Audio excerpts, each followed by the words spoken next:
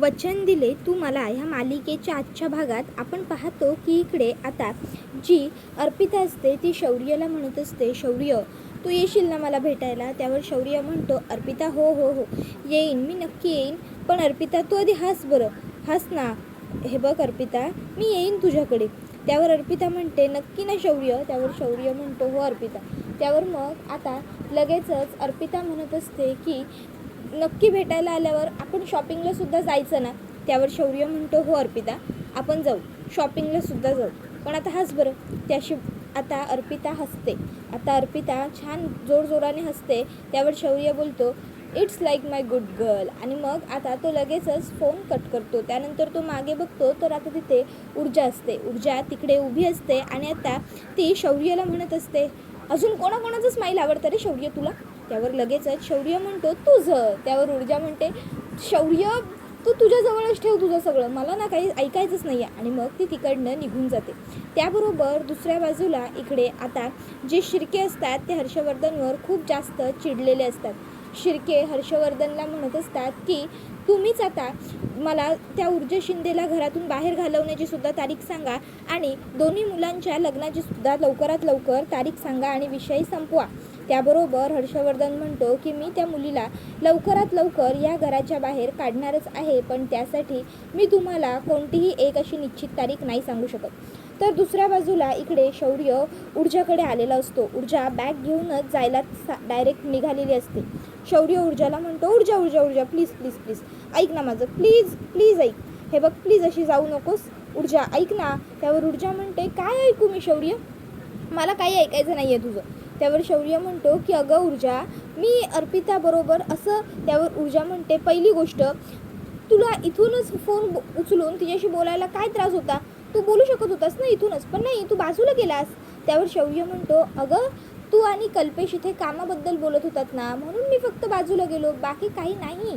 त्यावर ऊर्जा म्हणते, हो का, मग तू पण इथे आमच्याबरोबर बसून कामाबद्दलच बोलत होतास ना आमच्याशी, पण जर अर्पिताचा फोन तू कट होऊ दिला असतास तर काय झालं असतं, नव्हता उचलायचा होतास ना मग एक दिवस. त्यावर शौर्य म्हणतो, अगं हो ऊर्जा, नसता उचलला फोन तर चाललं असतं, खरंच चाललं असतं, पण मला वाटलं कालचं जे प्रकरण झालं ना त्यानंतर तिला मला काहीतरी सांगायचं असेल म्हणून फक्त मी तिचा फोन उचलला, पण आता तुला माहिती आहे का. त्यावर ऊर्जा म्हणते, काय. त्यावर शौर्य म्हणतो, आता मी तिला भेटायला जाणार आहे आणि भेटायला गेल्याच्या नंतर आम्ही दोघं शॉपिंगला जाणार आहे. आता शॉपिंगला जाऊन आल्याच्या नंतर मग आम्ही एक पार्टी करणार आहे. ऊर्जा म्हणते, पार्टीची काय गरज आहे. त्यावर शौर्य म्हणतो, अगं ऊर्जा असं काय करतेस, खरं तर अर्पितानेच आपल्याला मदत केली ना तो पत्ता सांगायला. जर अर्पिताने आपल्याला पत्ता सांगितला नसता तर आपल्याला कळलं असतं का की शिर्के कुठे लग्न लावणार आहेत विक्रांत आणि पद्माचं. म्हणून त्यासाठी मी पार्टी ठेवली आहे छानपैकी आणि त्यानंतर मग मी तिला एक छान गिफ्टसुद्धा देणार आहे. ऊर्जा म्हणते, शौर्य हे आता अति होतं आहे, पार्टीची मुळात गरजच काय आहे. हां मदत केली थँक्स म्हणून विषय संपव ना, गिफ्ट वगैरे सुद्धा तू तिला देणार आहेस, या सगळ्याचा काय अर्थ आहे.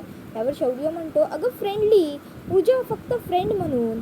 त्यावर ऊर्जा म्हणते, शौर्य तुझं काय चाललं आहे हे सगळं. त्यावर शौर्य म्हणतो, तू अर्पिताला भेटायला गेल्यावर मला नाही आवडत, बरोबर ना. त्यावर ऊर्जा म्हणते, हो बरोबर. त्यावर शौर्य म्हणतो, ऊर्जा अगं ती एक पेशंट आहे आणि म्हणून फक्त मला तिला भेटायला जावं लागतं बस. त्याबरोबर दुसऱ्या बाजूला इकडे पूर्वाने चहा बनवलेला असतो. आता ती पद्माला म्हणते, पद्मा चहा घे. त्याबरोबर मग पद्मा चहा घ्यायला म्हणते, काकू तुम्ही कशाला बनवलात, मला सांगायचं होतं ना, मी बनवला असता. त्यावर पूर्वा म्हणते, पद्मा अगं असं काय करतेस, तू आणि ऊर्जा माझ्यासाठी काही वेगळ्या आहात का.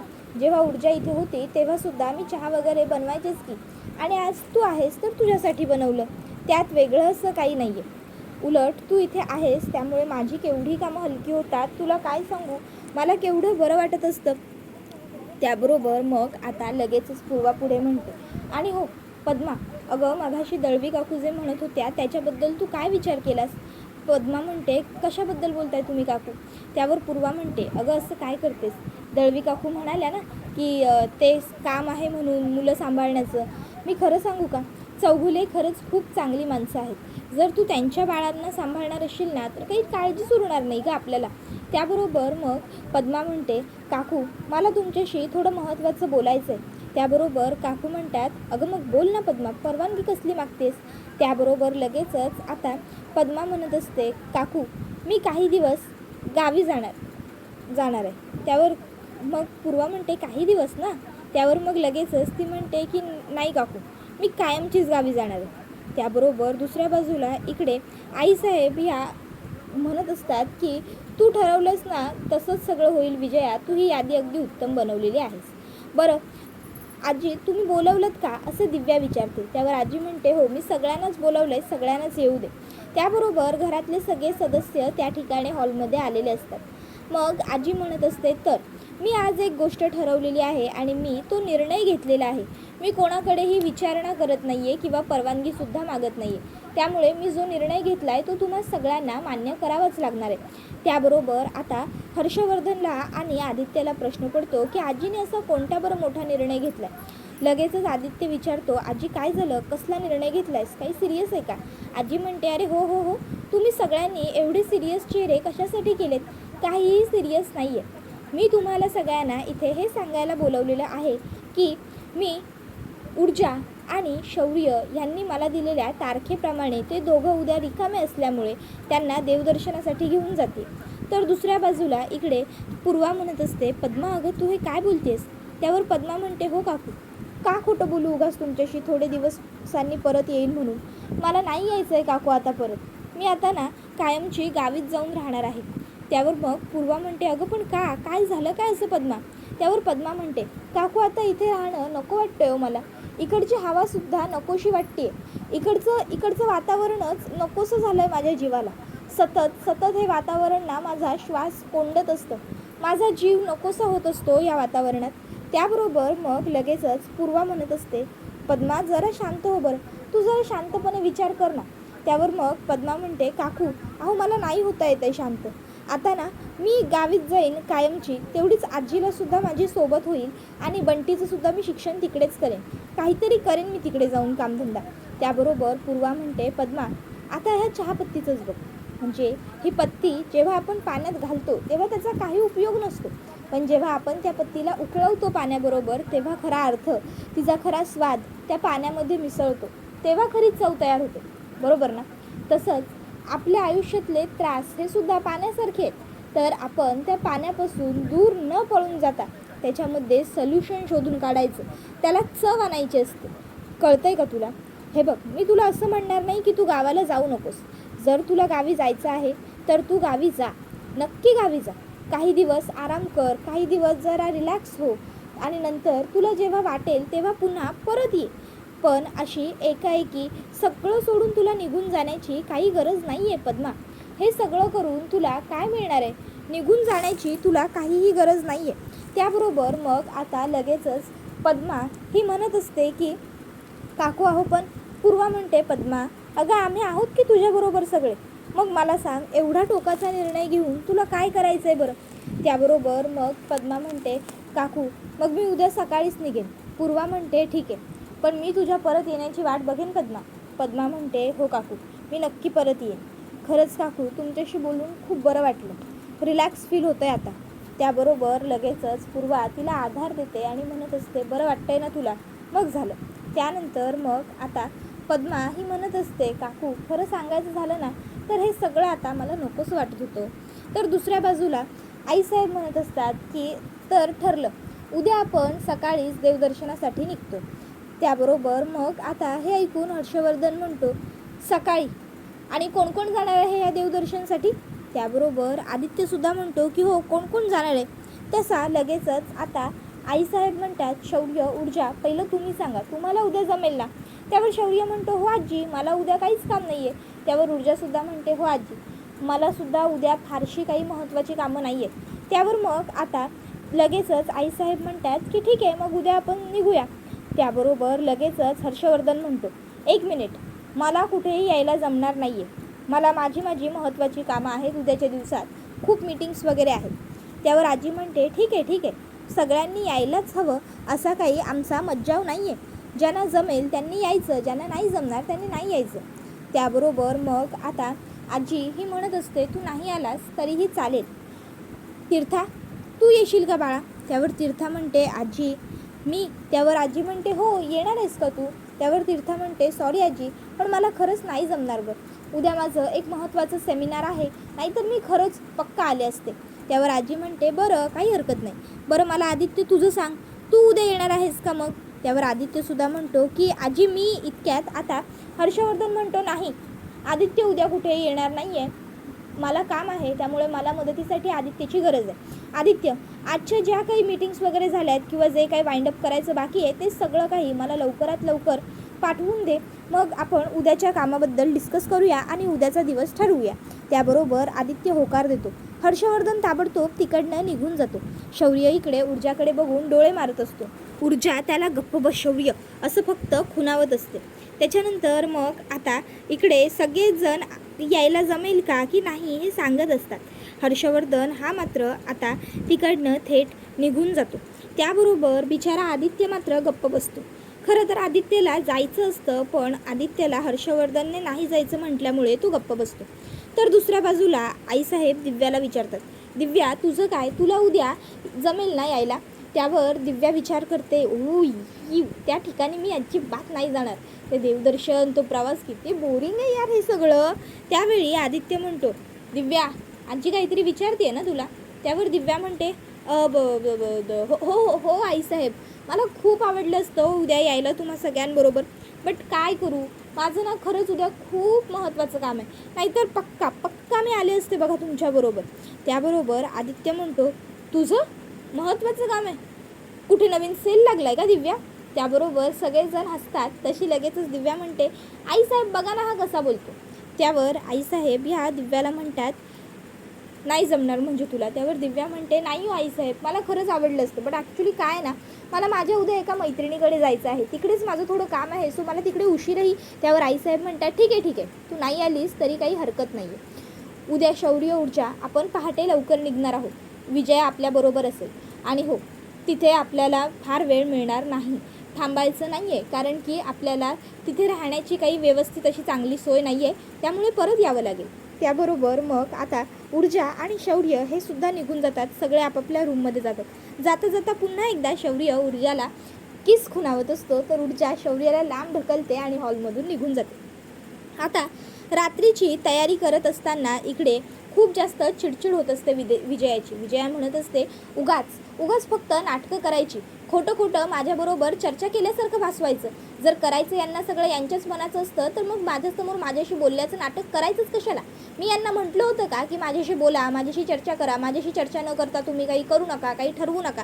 नाही ना, मग काय गरज होती खोटा दिखावा करण्याची यांना? त्याबरोबर हर्षवर्धन म्हणतो, विजया शांत हो, काय चाललंय तुझं? त्यावर विजया म्हणते, कशी शांत होऊ?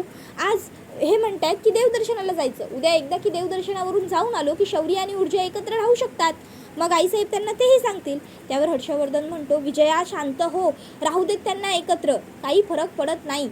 जर ते दोघंजणं एकत्र राहिले, एका खोलीत राहिले, तर आपण नंतर त्यांना घरातनं बाहेर काढू शकणार नाही आहोत. असं काही होणार आहे का? नाही ना, आपण त्या मुलीला कधीही ह्या घरातून बाहेर काढू शकतो. विजया त्यासाठी सुद्धा व्यवस्थित विचार करावा लागेल, एक प्लॅन बनवावा लागेल आणि त्यानुसारच आपल्याला चालावं लागेल. उगाच उठून सुटून आपण त्या मुलीला ह्या घरातून बाहेर काढू शकत नाही. समजतंय का तुला? त्यावर विजया म्हणते, बापरे, म्हणजे पुन्हा आहेच का तुमचं प्लॅनिंग आणि प्लॉटिंग? मला ना तुमच्या या प्लॅनिंगचा कंटाळा आलाय नुसता. त्यावर हर्षवर्धन म्हणत असतो, विजया गप्प बस, समजत नाही आहे का तुला? आपण त्या मुलीला नंतर बाहेर काढू शकतो. त्यावर विजया म्हणते, हो ना काढू शकतो, पण आपल्या घराण्याचे ना काही नियम आहेत. दिव्यासुद्धा आजपर्यंत आपल्या घरातच राहिली ना, का आपला आदित्य आणि ती दोघंजणं एकत्र राहिले होते, म्हणूनच आपण तिला ह्या घरात अजूनपर्यंत ठेवून घेतलं ना, राहण्याची मुभा दिली ना. मग जर उद्या हेच झालं ऊर्जाच्या बाबतीत तर काय करायचं आपण? त्याबरोबर हर्षवर्धन तिला म्हणत असतो, तू दोन्ही बाजूनी बोलू नकोस विजया. त्याबरोबर विजया म्हणते, हो का, मग मी माझं फ्रस्ट्रेशन कुठे काढू? तुम्हीच सांगा, कुठे जाऊन मी माझा राग व्यक्त करू? बोला ना, आहे का तुमच्याकडे माझ्या प्रश्नाचं उत्तर?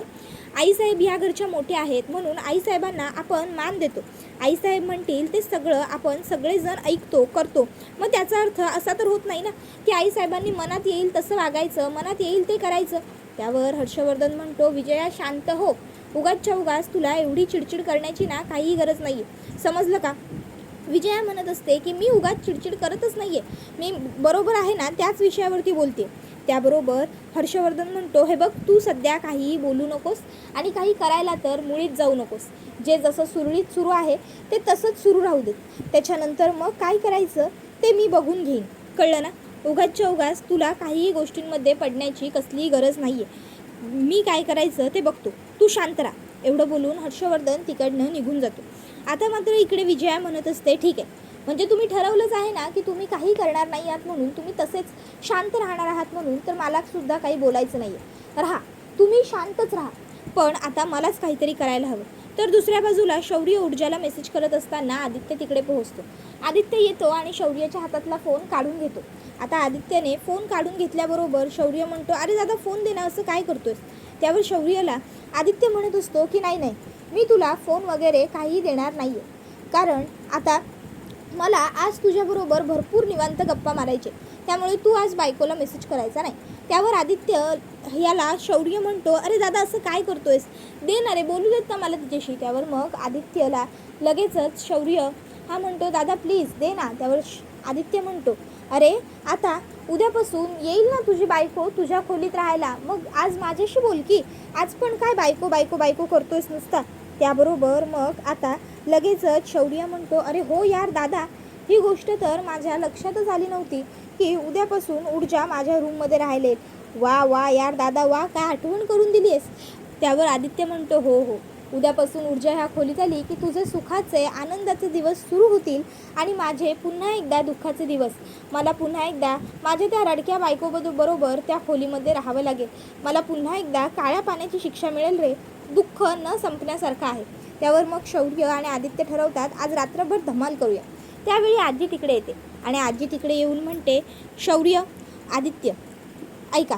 आदित्य, उद्या हर्षवर्धनने सांगितल्याप्रमाणे तू गॅस वगैरे सगळं चेक करून घे, गाडीत सगळं व्यवस्थित आहे ना ते बघून घेत जा. आणि मी दिव्याला सांगितलेलं आहे की उद्या ऊर्जा आणि विजया ह्या दोघीही निघण्याच्या घाई गडबडीत असतील, त्यामुळे तू तयारी करून घे. उद्या आम्हाला काय काय सामान सोबत न्यावं लागेल याची, तर तीसुद्धा तयारी करणार आहे. त्याबरोबर आता आजी म्हणत असते, आणि हो शौर्य, तुला उद्या सकाळी लवकर उठायचं आहे आणि 1 तास आधीच आवरायचं आहे, त्यामुळे आता लवकर झोपून घ्या, समजलं. त्यावर आदित्य म्हणतो, आजी दिव्या खरंच उठून तयारी करेल. त्यावर आजी म्हणते, करावीच लागेल. आणि त्यानंतर आजी तिकडनं जाते. त्याबरोबर शौर्य आजचा प्लॅन कॅन्सल म्हणत झोपून घेतो. आदित्यसुद्धा झोपायला जातो. दुसऱ्या दिवशी ऊर्जा तयार होत असताना आजी तिकडे खानदानी दागिने घेऊन आलेली असते. आता आजी ऊर्जाला म्हणते, ऊर्जा छान दिसतेस. त्यावर ऊर्जा म्हणते, तरी घाई गडबडीतच साडी नेसली, बरी दिसते ना आजी, चांगली नेसली आहे ना. त्यावर आजी म्हणते, हो गं, खूप सुंदर साडी नेसली आहेस तू, बरं हे घे. ऊर्जा म्हणते, हे काय आईसाहेब. त्यावर आजी म्हणते, हे दागिने आहेत काही, घाल तू. त्यावर ऊर्जा म्हणते, नाही अहो खरंच आजी, दागिने वगैरे नको, मी हे मंगळसूत्र घातलं आहे ना, मग ह्या दागिन्यांची काय गरज. त्यावर आजी म्हणते, हे दागिने तुझ्याकडे घेऊन येतानाच मला माहीत होतं तू असंच मला बोलशील, दागिने नकोच म्हणशील, पण ऊर्जा ऐक माझं, हे दागिने घाल तू, छान दिसतील तुझ्यावर. त्यावर ऊर्जा म्हणते, आजी खरंच दागिने वगैरे नको मला. त्यावर मग आता आजी म्हणते, ऊर्जा ऐक, मी तुला काही हे दागिने घालण्याची जबरदस्ती करणार नाही, तू घातलेस तर ठीक, नाही घातलेस तरी मी तुला काही बोलणार नाही, पण हे आपले खानदानी आणि पारंपरिक दागिने आहेत. आज तू कुलदैवतेकडे जातेस दर्शनासाठी, म्हणून तुझ्या अंगावर हे दागिने असावे असं मला तरी वाटते. जर तू हे दागिने घातलेस तर मला खरोखर खूप बरं वाटेल, नाही घातलेस तर मी काही नाराज होणार नाही आहे, पण घातलेस तर समाधान नक्की मिळेल, हे घे. त्यावर ऊर्जा मग आजीच्या हातातून ते दागिने घेते. आजी म्हणत असते, ऊर्जा तू अशीच खूप गोड दिसतेस, पण तरीही.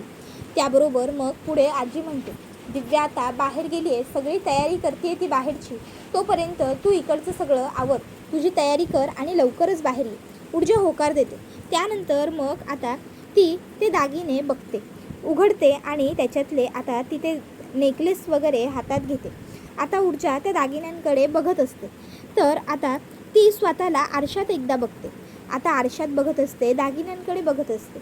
ऊर्जाला खरं तर दागिने घालायला नको वाटत असतात, पण आता आजीने एवढ्या प्रेमाने दिलेले असतात, त्यामुळे ऊर्जा हसते आणि ते दागिने घालायला तयार होते. इतक्यात तिकडे शौर्य येतो. शौर्य म्हणतो, वाव बायको, खरंच तू काय क्यूट दिसतेस, तू काय भारी दिसतेस गं. त्यावर ऊर्जा म्हणते, शौर्य आजीनी हे दागिने घालायला दिलेत, हे घालायचे. शौर्य म्हणतो, अगं मग मी आहे ना, तू कशाला काळजी करते, मी घालतो तुला दागिने. आणि मग शौर्य ऊर्जाला दागिने घालायला लागतो. दोघंही जण रोमॅन्टिक झालेले असतात थोडेसे. शौर्य ऊर्जाच्या नजरेत बघत असतो, ऊर्जासुद्धा शौर्याच्या नजरेत एकटक बघत असते. दोघं जण हसत असतात. त्याबरोबर हा व्हिडिओ इथेच संपतो. धन्यवाद.